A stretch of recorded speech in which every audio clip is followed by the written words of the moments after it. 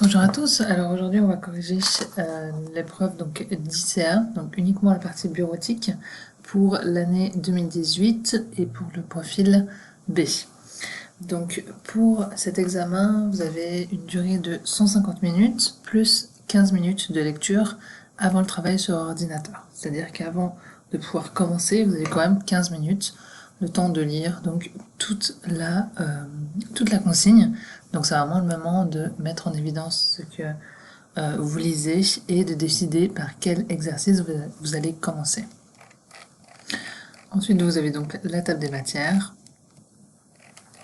et la mise en situation générale qui est vraiment très importante à lire. Donc dans cette épreuve, on vous dit que votre place de travail c'est iChrono, que vous travaillez dans un magasin de vente de produits électroniques spécialiste des montres connectées. L'entreprise va participer pour la première fois au comptoir suisse. Pour cela, elle actualise son catalogue de produits et prépare des documents pour la foire. Les tâches que vous avez sont juste en dessous. En tant qu'employé de commerce, vous travaillez au service administratif du magasin. Dans l'exercice de cette fonction, vous devez accomplir différentes tâches. En premier, on vous demande d'effectuer divers calculs de prix et d'élaborer quelques statistiques de vente. Ensuite, mettre en page une brochure comparant différentes montres connectées. En 3, terminer un formulaire de demande de documentation. En 4, rédiger une invitation. En 5, définir la ligne graphique d'un diaporama existant. Et en 6, trier et préparer des dossiers et des fichiers pour les archivages. Vous voyez qu'en face de chaque tâche, vous avez un nombre de points. Et enfin, vous avez des points pour le renommage des documents. Donc 4 points.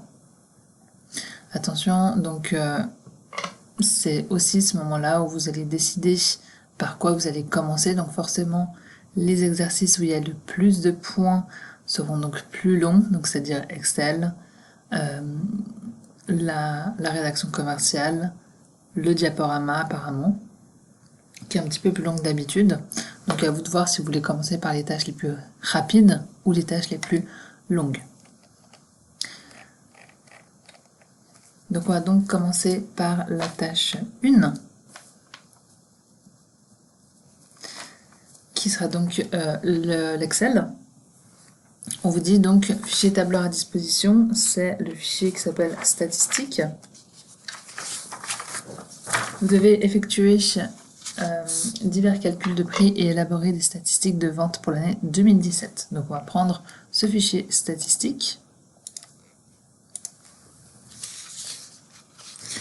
Donc travail effectué dans la feuille vente 2017, donc c'est cet onglet-là. Les chiffres d'affaires mensuels doivent être présentés sous forme de graphique. Donc chiffre d'affaires mensuel, donc vous avez ici les chiffres d'affaires par mois. Vous choisissez un type de graphique approprié contenant tous les éléments nécessaires à sa compréhension et à son interprétation. Le graphique comporte un titre principal, une mise en évidence par une autre couleur du chiffre d'affaires mensuel le plus élevé. Donc, pour permettre de faire ce graphique, on va sélectionner nos données. Donc je vais prendre la colonne mois, la colonne chiffre d'affaires. Donc là, j'ai appuyé sur le CTRL de mon clavier pour pouvoir prendre deux colonnes qui ne sont pas côte à côte. Dans Insertion graphique recommandée. Et là, donc, pour moi, ça va être celui-ci qui va être le plus clair à comprendre et le plus adapté à la situation. Donc un histogramme, on aurait pu en prendre un autre, bien sûr. Par contre, si on avait pris celui-là, on n'aurait pas pu mettre en évidence le chiffre d'affaires mensuel le plus élevé. Donc on sera un petit peu obligé de prendre l'histogramme groupé. Et OK. Donc on aimerait un titre principal. Donc là, il a déjà été modifié. Je vais juste adapter pour mettre l'année. On est en 2017. Et on nous demande une mise en évidence par une autre couleur du chiffre d'affaires mensuel le plus élevé. Donc le plus élevé, ça va être celui de juin. Donc vous voyez que là, j'ai cliqué sur mon histogramme, ça a sélectionné toutes les données et je vais recliquer sur celui que je veux modifier, et là, voilà, ça le sélectionne de manière indépendante. Et dans format, remplissage, je vais changer la couleur, je mets du rouge. Et ça, ce sera en évidence.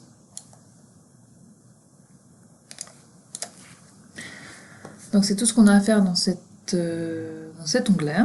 On va passer à l'onglet suivant, qui est donc année 2017.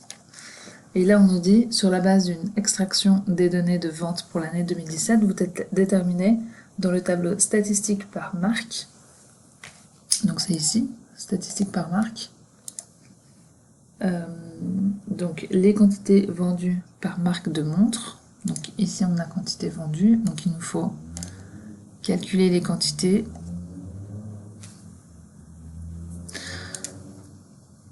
Donc là, si on observe un petit peu notre tableau, on a donc des marques ici et des quantités dans le tableau. Donc là, il y a les marques, là, il y a les quantités. Donc ça va être un SUMSI, une addition de quantités en fonction d'un critère. Donc la plage, c'est là où se trouve le critère. Donc ça va être la plage ici des marques, que je vais bloquer. Le critère, c'est ici mon G3, parce qu'après je vais devoir tirer. Et ma somme de plage, c'est qu'est-ce que je veux additionner, donc mes quantités vendues. Que je vais également bloquer comme je tire ma formule. Et voilà, ça a directement calculé ici le total, étant donné qu'on avait déjà fait la formule en amont. Afin d'améliorer la visibilité du tableau statistique par marque, vous enrichissez la présentation des données suivantes. Le titre principal est formaté. Donc là, on va devoir le mettre en évidence. Donc déjà, on va le fusionner pour pouvoir qu'il prenne la place des 3 colonnes. On va ensuite pouvoir peut-être mettre des bordures, un fond. Donc après, c'est libre à vous. Donc on va essayer de réutiliser les mêmes couleurs.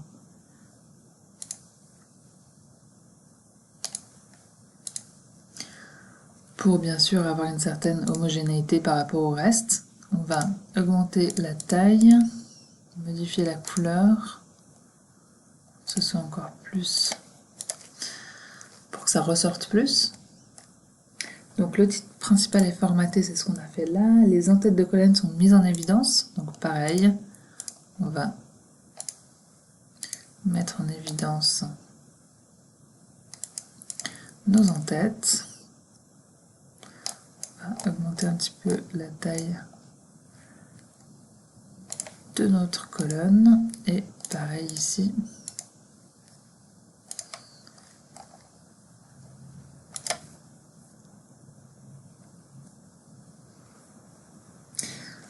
Ensuite, dans le même tableau, vous mettez encore en évidence les éléments suivants. Donc les quantités vendues sont précisées par la mention pièce. Donc ici, on aimerait avoir le mot pièce juste après. Donc ça va être une modification du format de cellule, donc haut format numérique, personnalisé. Et on va insérer le mot pièce, entre guillemets bien sûr, vu que c'est du texte. Et ensuite, le chiffre d'affaires apparaît avec un fond vert lorsqu'il est supérieur à la moyenne. Donc là, je vais sélectionner mes chiffres d'affaires. Sans le total, parce que forcément, il le sera aussi. Dans mise en forme conditionnelle.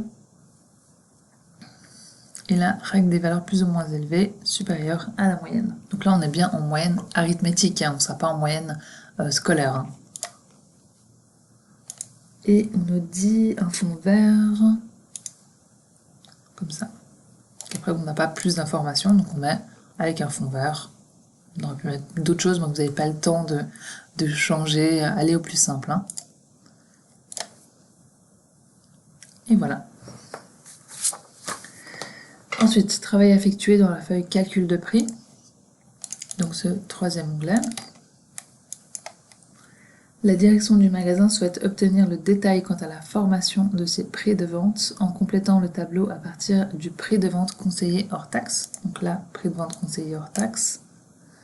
Certains prix sont dits hors taxe pour acheter pour hors taxe et certains prix sont dits TTC pour toute taxe comprise. Donc ça, c'est des termes que vous connaissez par la comptabilité, hein, bien sûr. Certaines données sont susceptibles d'être modifiées en tout temps et apparaissent donc sous forme de constante. Donc là, vous devez utiliser les informations que vous avez dans les différents onglets et vous devez les bloquer en tant que valeur de référence. Hein. Vous déterminez ou calculez les éléments suivants. Donc pour la colonne grossiste, le texte s'affiche automatiquement à partir de la marque sur la base des informations de la feuille marque. Donc là, on a une marque ici, et on aimerait faire apparaître le nom du grossiste. Donc, dans marque, on a effectivement ici les noms des marques, et on aimerait voir apparaître le nom du grossiste automatiquement. Donc là, le fait d'avoir une valeur commune entre les deux éléments, et devoir récupérer du texte, ou du chiffre, hein, mais là c'est du texte, ça va être une recherche. Donc on observe le tableau, est-ce que c'est une recherche V ou une recherche H? Là on est clairement sur une recherche V, vu que le tableau il est vertical. Donc recherche V, FX. D'autres valeurs cherchées, c'est qu'est-ce qu'il y a en commun entre les deux tableaux? Ça va être la marque ici, Alpina dans notre cas de notre ligne 7. Table des matrices, c'est notre tableau ici dans les marques qu'on va bloquer bien sûr.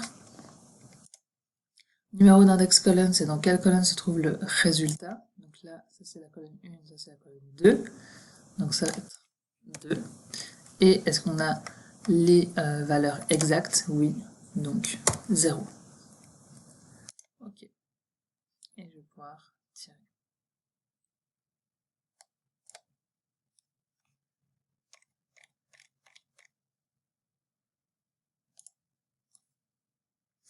Ensuite, la marge en pourcentage, donc c'est cette colonne ici, elle est de 45% pour la marque Guess et de 40% pour les autres marques. Donc, on va partir sur un si.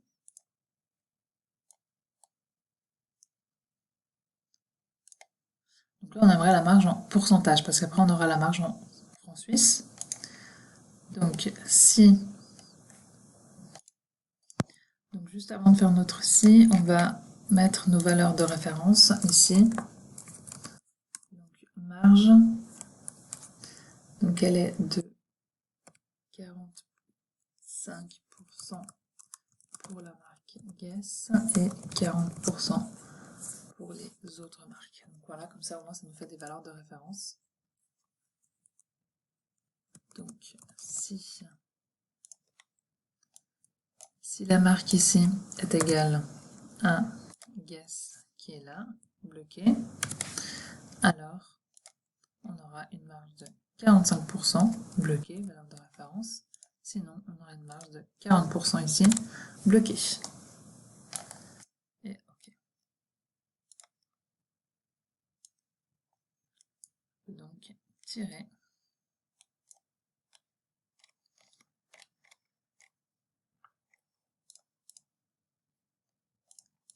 Donc la marge maintenant en francs suisses, elle est calculée sur la base du prix de vente conseillé hors taxe et de la marge en pourcentage. Donc on aimerait calculer la marge, hein, donc ça va être notre prix de vente fois prix de vente fois marge en pourcentage. Que je vais pouvoir tirer.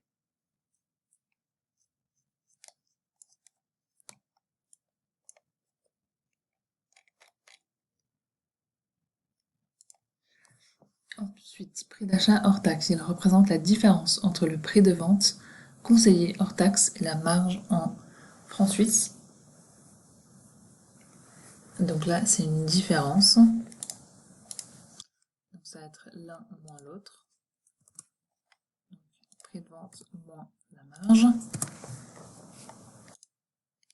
Que je vais tirer.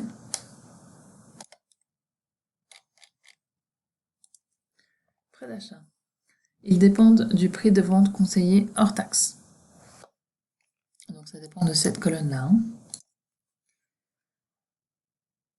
Donc lorsque le prix de vente est inférieur ou égal à 500, les frais d'achat se montent à 10% du prix d'achat. Lorsque le prix de vente égale ou dépasse 1000 francs, les frais d'achat se montent à 6% du prix d'achat hors taxe. Dans les autres cas, les frais d'achat se montent à 8% du prix d'achat hors taxe. Donc, pour les frais d'achat, on va mettre ici. Donc, on est à 10% dès lors que on a un prix de vente supérieur, inférieur ou égal à 500.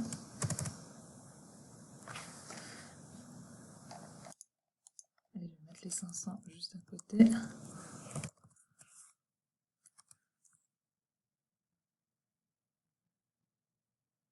Sinon, on a 6%. Si le prix de vente est égal ou dépasse, donc plus grand ou égal à 1000. Et dans les autres cas, c'est-à-dire que c'est entre 500 et 1000, c'est 8%.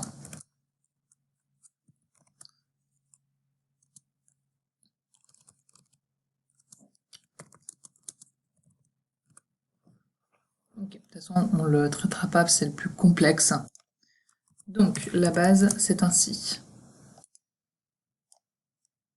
Donc, si le prix de vente conseillé, il est inférieur ou égal à 500, bloqué, alors on aura 10%, mais de quoi? Donc 10% bloqué fois du prix d'achat hors taxe. Ça. Si c'est faux, attention parce qu'il nous reste deux possibilités, donc on va réouvrir ainsi. Et on va pouvoir faire cette deuxième ligne. Donc si le prix de vente conseillé est plus grand ou égal à 1000, bloqué, alors on aura des frais d'achat de 6% bloqués sur notre prix d'achat hors taxe. Sinon, on aura 8% bloqué fois notre prix d'achat hors taxe toujours. Et OK. Ce qui nous permet de ici tirer.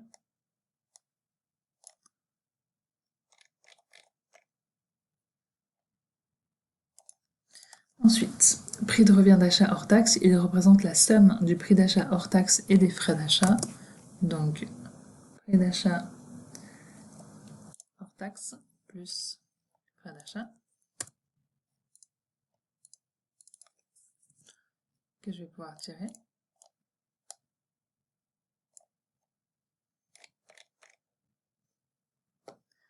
Ensuite, bénéfice brut, il représente la différence entre le prix de vente conseillé hors taxe, ici, moins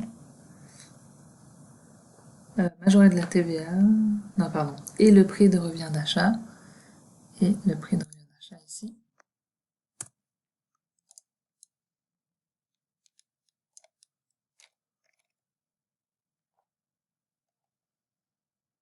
Et enfin, le prix de vente TTC, il se calcule à partir du prix de vente conseillé hors taxe.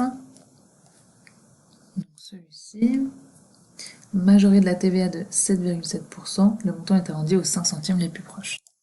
Donc là, de nouveau, vous avez le choix. Soit vous commencez par l'arrondi, soit vous commencez par le calcul. On va commencer par l'arrondi cette fois. Donc arrondi au multiple, fx, et notre calcul, qu'est-ce que c'est? Ça va être donc notre prix de vente conseillé hors taxe, ici, majoré de la TVA de 7,7%. Donc fois 107,7%. même si du coup j'aurais dû l'inscrire. Donc je vais le mettre ici. TVA 7,7%. Donc là, arrondir multiple.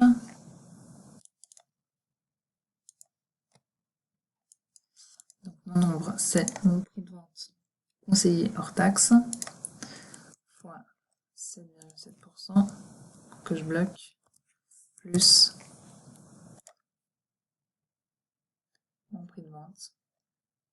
Attendez que c'est une majoration. Là, je ne veux pas calculer la TVA, je veux calculer le montant final. Donc la TVA plus les 100%. Et au multiple de 0,05. C'est donc au 5 centimes. Okay. Et je vais tirer.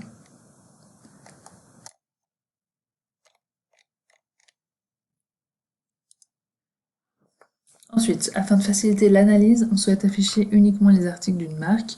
Vous affichez par conséquent toutes les informations pour la marque Apple. Donc là, je vais sélectionner ma ligne, activer le filtre, et je vais choisir juste Apple, comme ceci.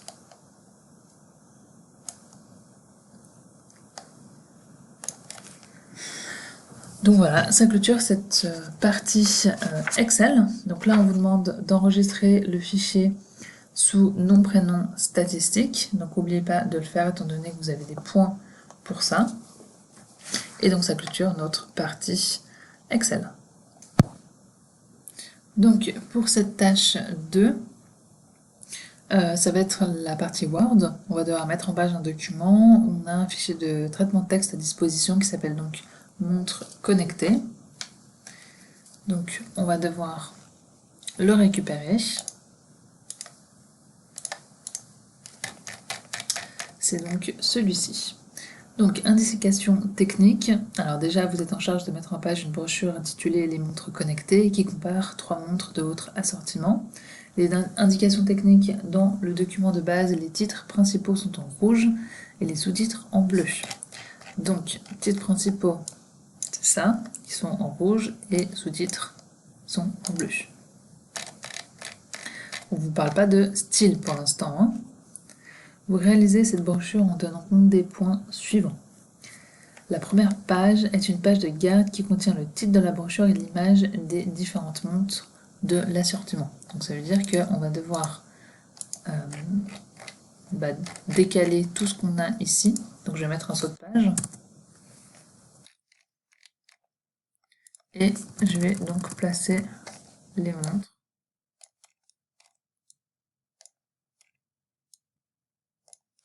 Et je vais mettre le titre.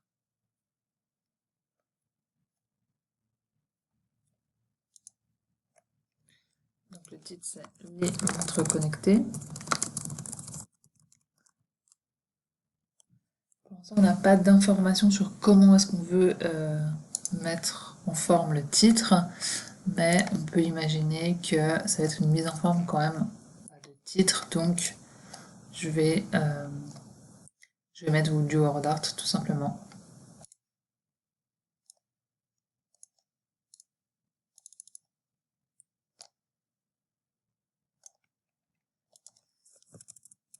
Et avec mes montres juste en dessous.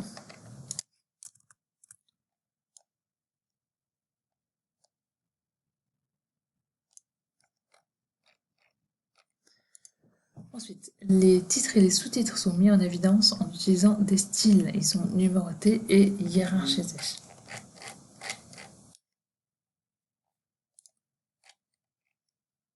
Donc ça veut dire qu'on va utiliser les styles. Donc là, je vais sélectionner mon texte et je vais mettre à jour le titre 1. Je vais cliquer sur mon titre 1 ici pour l'appliquer.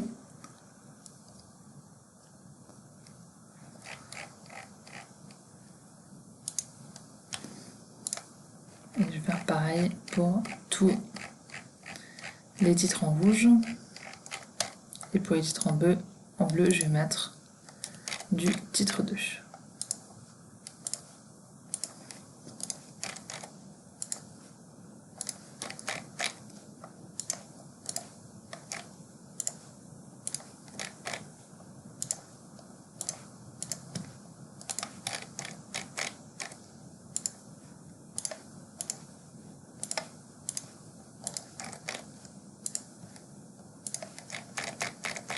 Ok, ils sont hiérarchisés. Donc numérotés et hiérarchisés. Donc on va, hop, je vais cliquer sur soit titre 1, soit titre 2. Hein, et je vais aller dans bibliothèque des listes et je vais choisir ma hiérarchie comme ceci, avec les styles. Et ça les aura donc directement numérotés.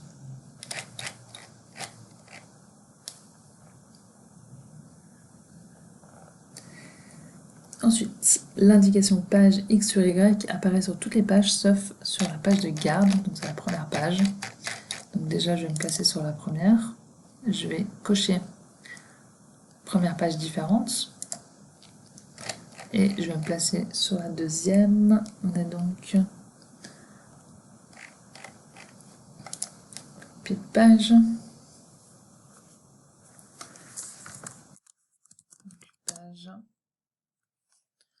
Donc là, j'ai écrit page. Je vais aller dans descriptif du doc, champ. Je vais sélectionner page. OK. Donc là, ça va mettre le numéro de la page active. Sur, là, je l'ai écrit. J'ai mis un espace et je vais retourner dans les champs. Et là, je vais chercher num page pour mettre le numéro des pages total.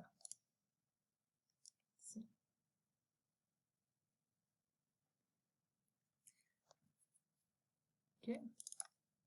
Donc la page contenant le chapitre Notre sélection des meilleurs mondes connectés. Ok, celle-ci est au format paysage. Donc là, il va falloir changer notre page ici en format paysage. Donc je vais sélectionner les éléments. Je vais aller dans Disposition, Mise en page. Et je vais mettre paysage appliqué au texte sélectionné. Et OK. Et là, je vais juste effacer et remonter pour que ce soit juste cette page. De nouveau, j'enlève. Ça a créé du coup des niveaux en plus parce que le style était appliqué.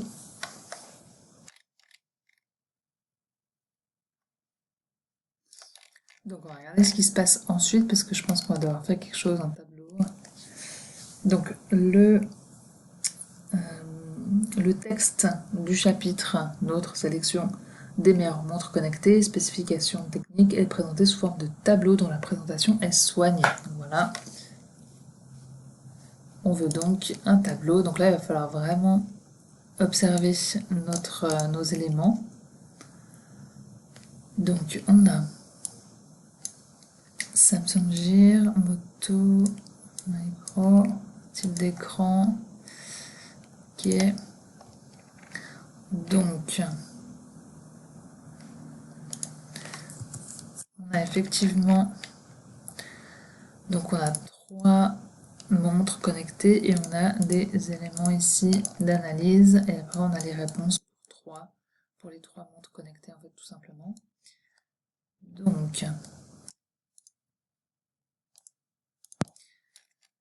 Donc je vais sélectionner mon texte ici, je vais aller dans insertion, tableau et là je peux convertir le texte en tableau et en fait c'est directement Excel qui va, Word qui va mettre les bons textes dans les bonnes cases et faire les bonnes sections. Donc là c'est automatique, vous voyez, ok, et on a donc tout dans notre tableau effectivement. Il va falloir juste le mettre en forme maintenant.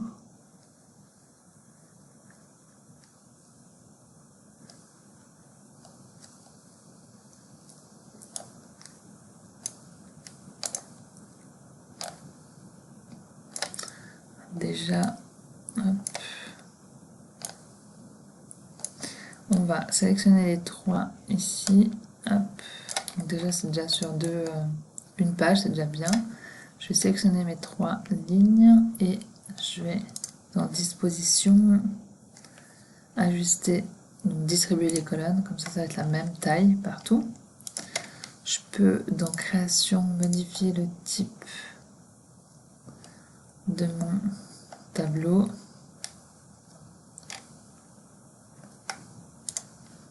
Si je mets quelque chose comme ça.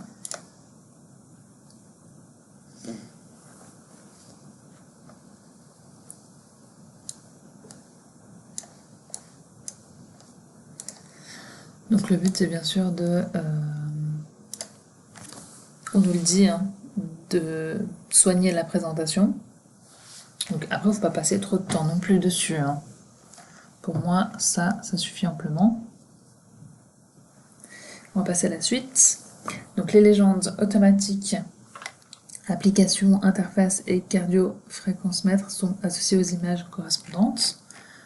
Donc, on a application, interface.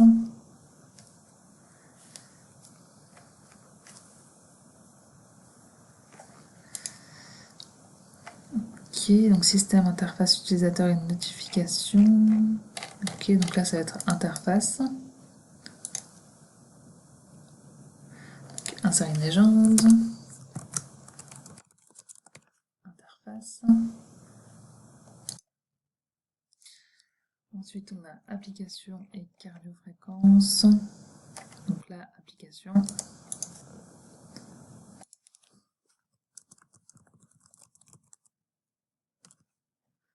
Et il ne manque plus que cardiofréquence-mètre.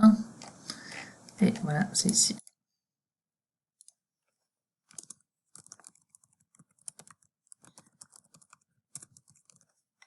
Ok. Donc vous voyez, on a tout dans le titre, hein.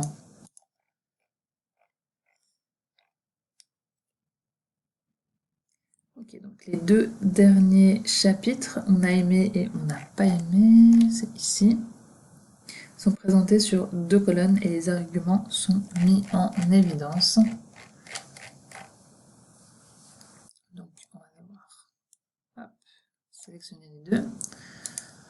Disposition colonne sous 2 colonnes et on va mettre en évidence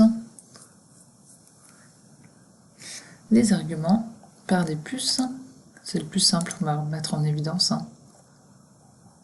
Donc là on a déjà ces puces qui ont été définies dans ce document, donc on va les réutiliser. On aurait pu en utiliser d'autres, hein, mais ça va être les plus simples. Comme ça. Ensuite, une table des illustrations et une table des matières sont insérées à la fin de la brochure. Donc ici, je vais mettre ma table. On dit d'abord une table des illustrations.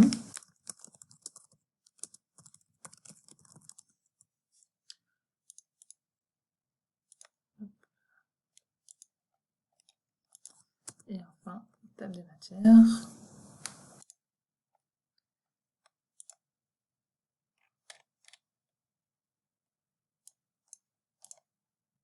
On va mettre en évidence.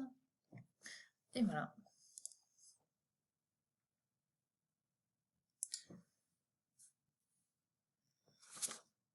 Donc ça clôture donc notre tâche 2, mettre en page un document.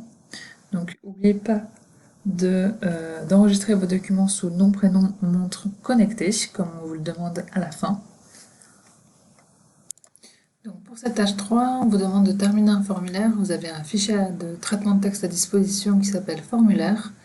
Le responsable désire offrir des entrées au comptoir suisse à ses meilleurs clients. Il profite de cette occasion pour leur envoyer un formulaire par lequel ils pourront demander diverses documentations ou s'inscrire à la newsletter de iChrono. Donc on va prendre notre fichier de formulaire. Première chose, donc travail à réaliser, vous adaptez le formulaire à disposition en ajoutant les champs manquants. De plus, vous paramétrez les propriétés des champs de façon à faciliter au maximum la saisie par l'utilisateur. La saisie du champ NPA est limitée à 4 chiffres. Donc vous voyez dans développeur, on va insérer une zone d'édition et dans propriétés, on va limiter à 4 et des nombres.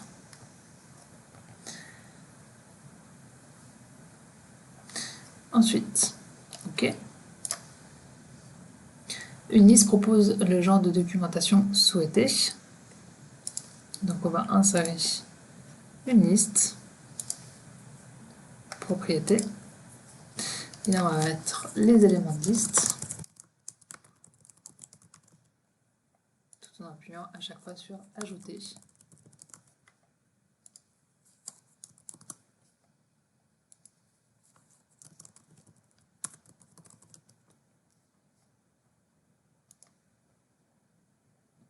Donc cette liste comprend un texte d'aide,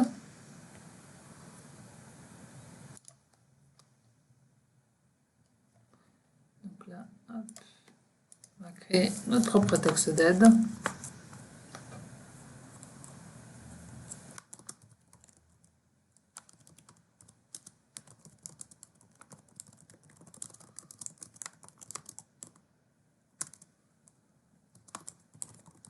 Donc là, vous mettez un peu ce que vous voulez, ça doit être bien sûr cohérent. OK et OK. Donc, le client peut cocher s'il désire recevoir la newsletter. Donc, on va insérer une case à cocher avec oui. De plus, la partie remarque doit pouvoir être complétée librement lors de la saisie sans utiliser de champ automatique. Donc là, on va insérer un saut. Donc dans disposition, saut de page, on va insérer un saut de section continu. On ne veut pas que ça passe d'une page à une autre, donc c'est un saut de section continu. Je peux enlever cet espace en trop. La date du jour apparaît automatiquement avec un format de correspondance. Donc là, on va aller dans Insertion, Quick Part, Champ, et dans Date, on va prendre un format de correspondance. OK.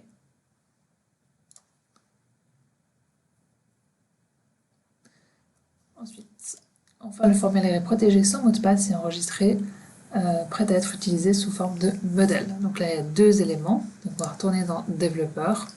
On va restreindre la modification.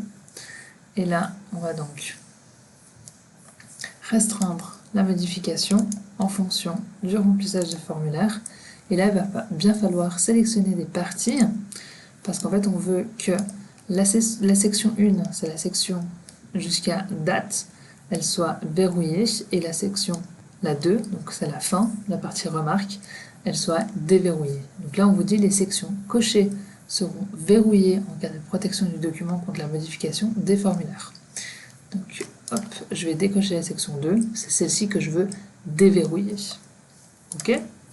Donc là, il n'y a rien qui vous change, hein, c'est normal. Et ensuite, oui, activer la protection. On ne veut pas de mot de passe, donc OK. Et on va pouvoir maintenant enregistrer en tant que modèle. Donc dans Fichier, Enregistrer sous. Là, je vais mettre Modèle Word. Et je choisis mon dossier.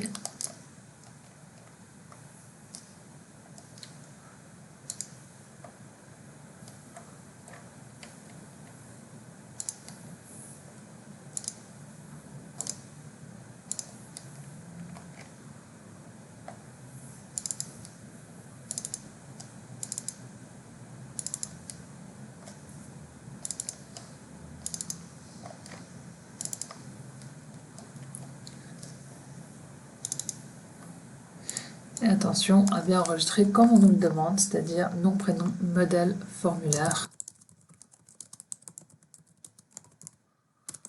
Donc bien sûr que vous mettez votre nom et votre prénom, hein, et enregistrez.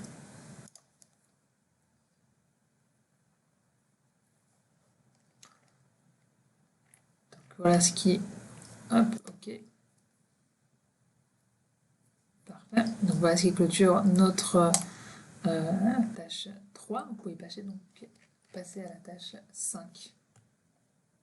Donc on va passer à la tâche 5 qui est de finaliser une présentation, donc la partie PowerPoint. On vous dit que vous avez un fichier de présentation à disposition qui s'appelle présentation, vous avez un fichier PDF à disposition qui est image montre et des images à disposition. L'entreprise va participer pour la première fois au comptoir suisse. Durant toute la durée de la manifestation, un diaporama sera projeté en boucle, et vous voyez que c'est en gras, donc c'est important de se rappeler de cette information, dans le magasin et sur le stand au comptoir. Les diapositives de ce diaporama, qui présentent différents types de montres, ont déjà été rédigées. Sur la base du fichier fourni, vous êtes chargé de définir une ligne graphique en tenant compte des indications fournies. Donc on va ouvrir le fichier présentation, ici, et on va aussi ouvrir le fichier PDF.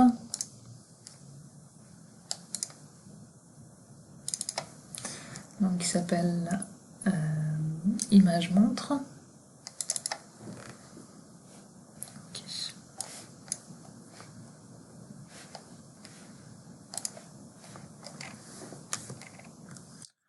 Donc, vous préparez la présentation en tenant compte des exigences techniques suivantes et en travaillant avec le masque des diapositives. Donc, sans utiliser de thème existant, le masque des diapositives est adapté afin que toutes les diapositives, vous voyez dans le masque, affichage masque, on va sur la première. Donc, un arrière-plan de couleur gris pâle soit défini. Donc, on va changer l'arrière-plan. Donc, clic droit, mise en forme de l'arrière-plan. Donc, un gris pâle, comme ça. L'image horloge de taille adaptée s'affiche en haut à droite et le ruban latéral n'apparaît plus. Donc, on enlève le ruban et on va insérer l'image.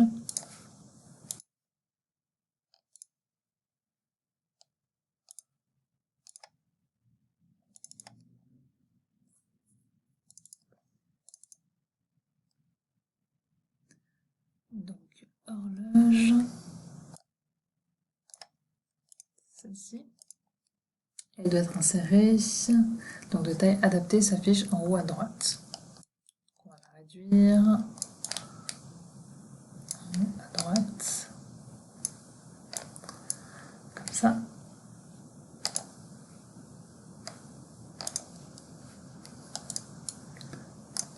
Ok. Donc sur la diapositive de titre, donc là on va se placer sur celle de titre. Le masque est adapté afin de faire apparaître le titre en gras. Donc là, hop, gras. Le logo de iChrono en haut à gauche. Donc là, vous voyez que on a ici le logo qui doit apparaître. Donc on va insérer. Est-ce que c'est une image ou est-ce qu'on doit le créer? Ah, c'est bien une image. Insérer et en haut à gauche. Hop. Et vous voyez que je l'ai mise sur la diapositive de titre, ça s'est pas mise sur les autres, hein, parce que j'ai bien modifié la diapositive de titre. Sur la diapositive de titre et contenu, donc c'est celle-ci, le masque est adapté de la manière suivante. La puce de premier niveau est modifiée. Donc on doit mettre une autre puce que ronde. Okay. Donc on va mettre une carrée. Le titre s'affiche avec une taille de police plus grande que dans le masque de base. Donc on va augmenter la taille, comme ça. Ok, donc vous effectuez encore les modifications suivantes. Donc là on va quitter le masque. Donc on va voir déjà qu'on a la bonne, le bon fond, etc. Donc, deux images du fichier PDF image montre sont ajoutées sur la diapositive Garmin Vivo Active 3.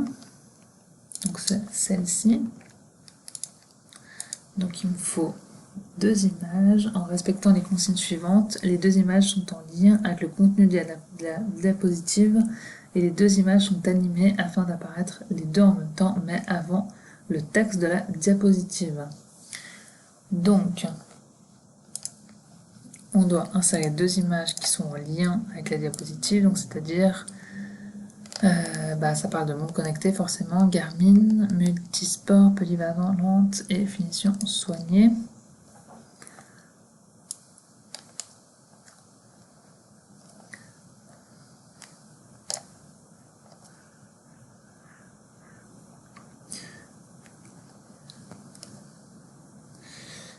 Du coup, ça vient du PDF.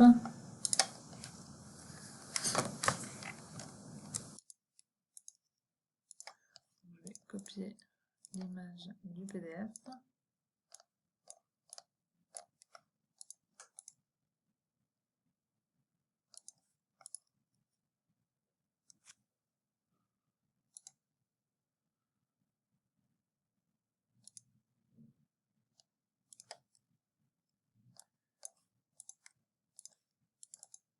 Et je les colle ici.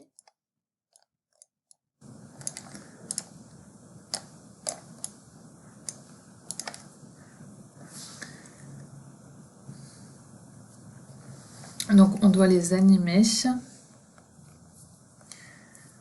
Donc elles doivent apparaître les deux en même temps, mais avant le texte de la diapositive. Donc on va aller dans Animation. Voilà, je vais sélectionner les deux avec mon CTRL. Je vais mettre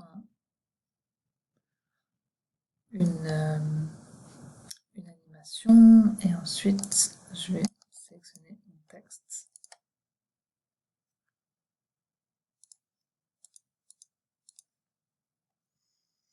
Comme ceci, donc vous voyez que là en 1 c'est les images et en 2 c'est le texte. La date automatique et le numéro de diapositive figurent sur toutes les diapositives mais pas sur celle de titre. Donc là, insertion en tête et pied de page. On aimerait la date automatique et le numéro de diapo ici sur toutes les diapos sauf sur celle de titre. Donc on va cocher ça, appliquer partout.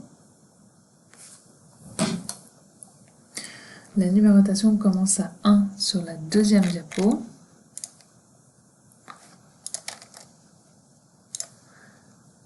Donc ça veut dire que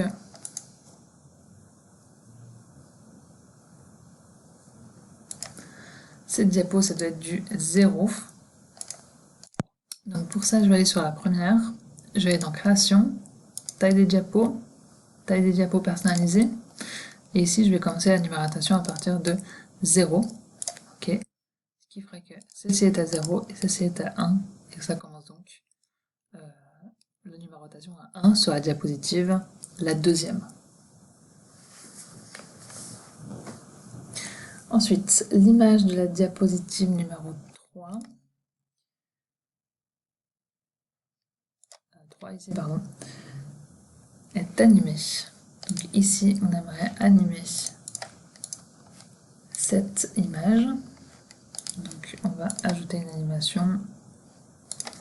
Mettez celle que vous voulez, dès lors que vous n'avez pas d'informations précises. Une nouvelle diapositive est insérée en deuxième position. Donc ici, nouvelle diapo, avec comme unique contenu au centre de la diapositive le texte « Vivez connecté dès aujourd'hui ». Donc je vais mettre du vide et je vais insérer une zone de texte.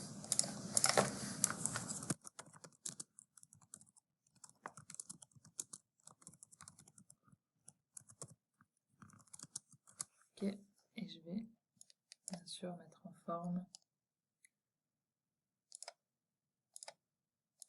On n'a pas d'infos particulières, mais le but c'est que s'il n'y a qu'un texte, ce soit quand même mis dans un format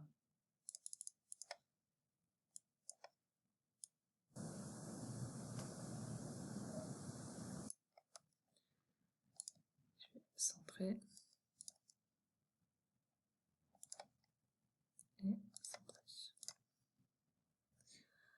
Les deux dernières diapositives sont permutées, donc on va inverser les deux. Une transition identique est appliquée à l'ensemble du diaporama. Dans transition, on va mettre une n'importe laquelle appliquée partout. Le diaporama est conçu pour tourner en boucle sur une borne. Les diapositives changent toutes les 5 secondes, sauf la première qui est affichée 3 secondes. Donc la première après 3 secondes et toutes les autres après 5 secondes.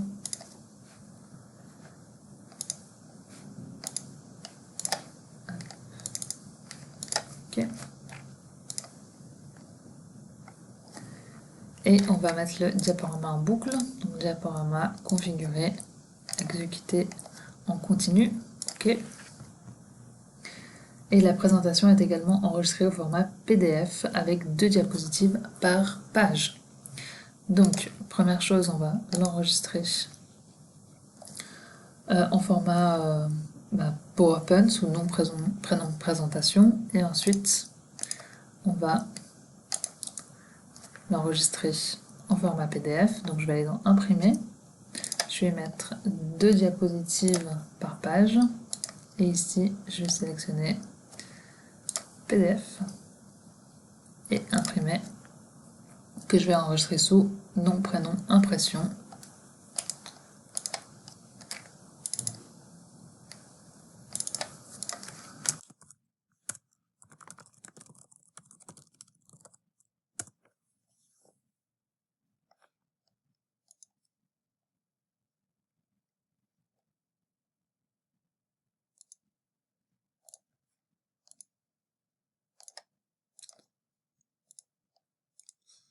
Et voilà, donc ça, je vais quitter.